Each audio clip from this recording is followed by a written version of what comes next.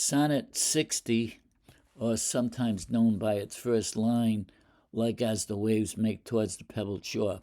So this sonnet is very much like the sonnet that I did yesterday on this blog, and you'll see the similarities in a minute. So let me read through the entire sonnet first, and then we'll talk about its construction and its content. So it begins with a comparison, all right? Like as the waves make towards the pebbled shore, so do our minutes hasten to their end. Each changing place with that which goes before, in sequent toil all forwards do contend. Nativity, once in the main of light, crawls to maturity, wherewith being crowned, crooked eclipses against his glory fight, and time that gave doth now his gift confound. Time doth transfix the flourish set on youth, and delves the parallels in beauty's brow, feeds on the rarities of nature's truth, and nothing stands but for his side to mow. And yet, to times in hope, my verse shall stand, praising thy worth despite his cruel hand. Okay, a couple of vocabulary words here. When he says in times in hope, to times in hope, that means his to future times, okay? And he's saying that this verse will stand in the future, okay, when he's long gone, as he is, all right, some 500 years. Now, 400 years. So let's go back to the, you can see the four different content divisions in this. All right, the first one, he's talking about time, all right, the passage of time, and how one wave gives way to the one behind it. All right, so just as the minutes go by in the day, the passing minutes go into nothingness, all right, eternity. And the present is always with us. So he uses that comparison, like as the waves make towards the pebbled shore, so do our present minutes hasten to their end, okay? And they do end, they're gone, right? The moment in time. And he says, both each changing place with that which went before, okay? And sequent toil, all of them contend, all right? One with the next, the one behind it, trying to get ahead to the one in front of it, all right? So same thing with the passage of time. Time behind us is coming at us, okay? And then becomes past time. All right, so there's the first subject matter in his content is passage of time, moving on, changing, nothing holds firm. And that is what he means by the word stand. Nothing stands, all right? Then the second idea is nativity. When you're born, once in the main of light, into the world, we come into the family, and you are the central focus of all in the family. Oh, a newborn baby, everyone's happy, all right? And the baby crawls to maturity, in other words, adulthood, goes through childhood, adolescence, moves on to maturity. And then once he's crowned with, the status of being a man, wherewith being crowned, crooked eclipses against his glory fight. In other words, he moves on into another stage, and that is he's being, eclipsed by the new stage, which is old age. And time that gave doth now his gift confound. So, where he said the glory was crowned as a gift, that gift is confounded by now a new stage, which is, being old and confused and maybe senile or whatever. Okay, so nothing stays in that one moment, Time doth transfixed. Now he's talking about youth. Okay, this is the third concept here. It changes the flourish. Now, the flourish would be, the robustness of your child, of your young age. The good years when you're growing up and you're really much involved in life and all its pursuits. All right. So time doth transfix that as well. Set on youth, the flourish of youth. The ruddy health and activity and high spirits and everything that goes with youth. All right. As Mark Twain said, it's wasted on the young. The youth is wasted on the young. And delves the parallels. That means digs or delves. That would be, digging lines into beauty's brow. So if you had a beautiful, like the Mona Lisa, okay, beautiful face, and then beauty's brow eventually wrinkles. So those are the parallels, the lines that are dug into the brow. It feeds on the rarities of truth, and so that they disappear as well. And nothing stands but for time's scythe to mow the field, okay, and level it. And that would be everyone's death. So it's not a very pretty picture here, rather pessimistic. Nothing stands but for time to mow down the field. And then one by one, all those people that came into are now out of existence.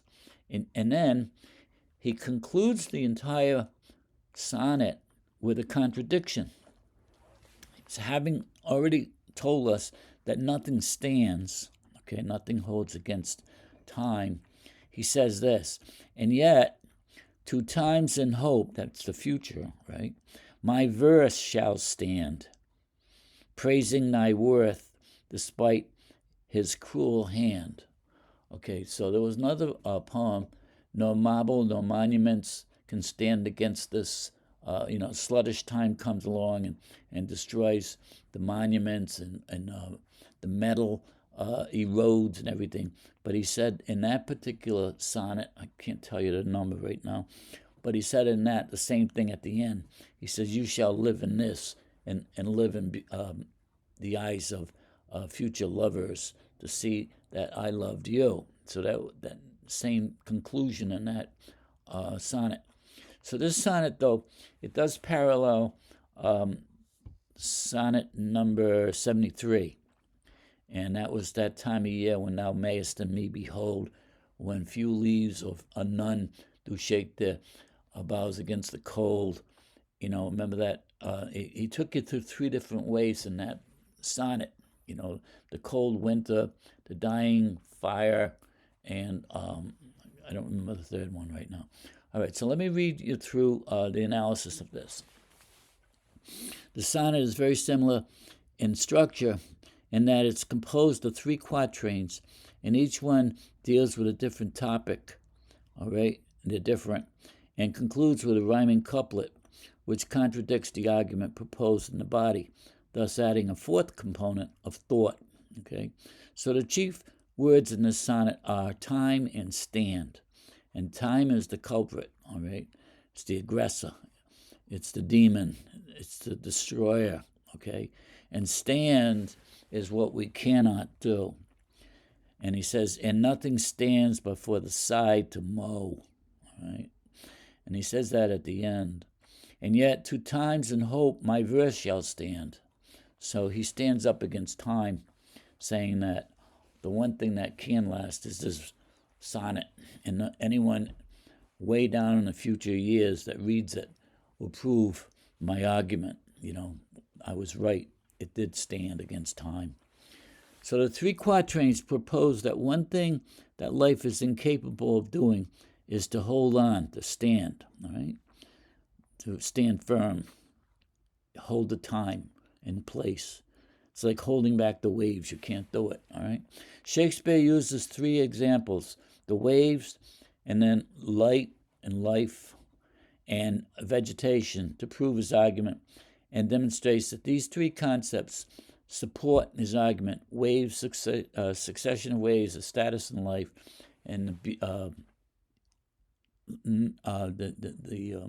fleeting of beauty. It does not last. Okay, so nothing gold can stay. Come back to that poem by Frost again and again.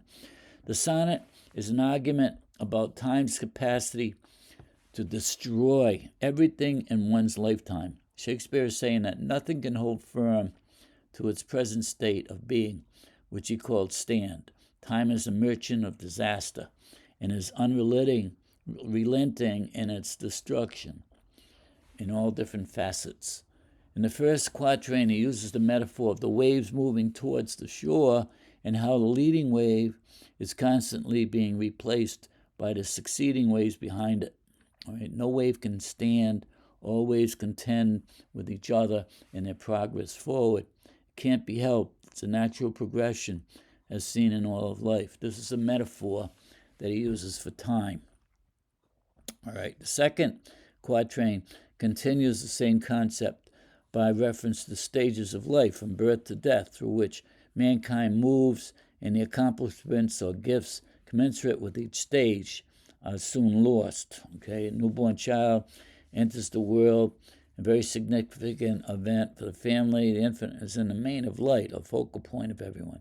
Incrementally, little by little, okay, as the child crawls toward maturity, there's the word crawls, that stage gradually changes, only to give way eventually to that way down the road of old age and possible senility. And time that gave doth now his gift confound. This stage presents a paradox in that time that gave freely to the child growing toward maturity and achieving it, now time takes away those gifts. The protagonist's rise and fall is tracked by the paradigm. Crawls, he's crowned, crooked, eclipse, and then confound it, okay, with old age, confusion, and all that.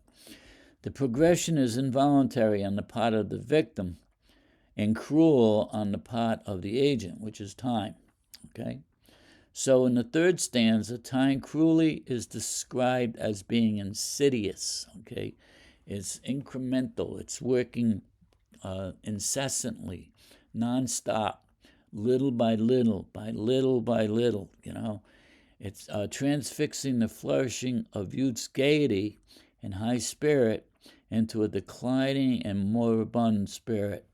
Physical beauty as well withers in the wrinkling of the skin.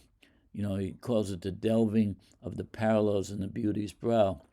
The argument sums up with an image of time's cruel hand moving across the field with his scythe, leveling all of the living. Time is malign, and his destruction is unavoidable. Youth is transfixed, beauty is delved, and truth is consumed. It's eaten up. The concluding couplet then becomes the voice of the poet. He's talking about his poem, right? Sonnet 60. Somewhat contradicting his entire argument that he provided in the first three stanzas by saying that one thing that will stand in opposition to time will be this sonnet: my verse shall stand, praising thy worth. Now he's talking about his beloved's worth, okay? So we'll go back and read it again. Like as the waves move,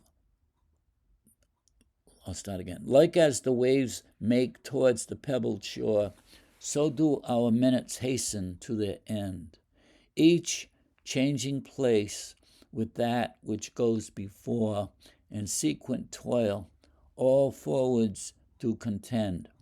Nativity, once in the main of light, crawls to maturity, wherewith being crowned, crooked eclipses against his glory fight. And time that gave doth now his gift confound.